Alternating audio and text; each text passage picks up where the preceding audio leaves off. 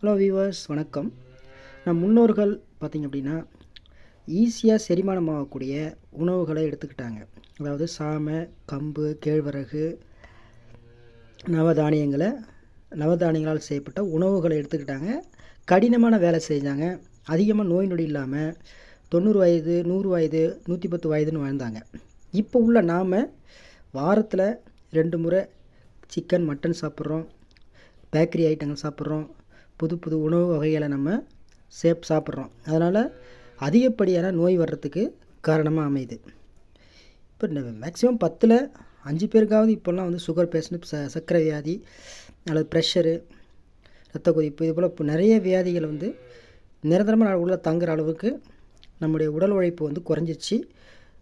ஈஸியாக செரிமானம் ஆகக்கூடிய உணவுகளை நம்ம எடுத்துக்கிறது இல்லை. அதனால் ஈஸியாக செரிமானம் ஆகக்கூடிய உணவுகளை நோக்கி நம்ம நகரக்கூடிய காலகட்டத்தில் நம்ம இருக்கோம் இப்போதைக்கு.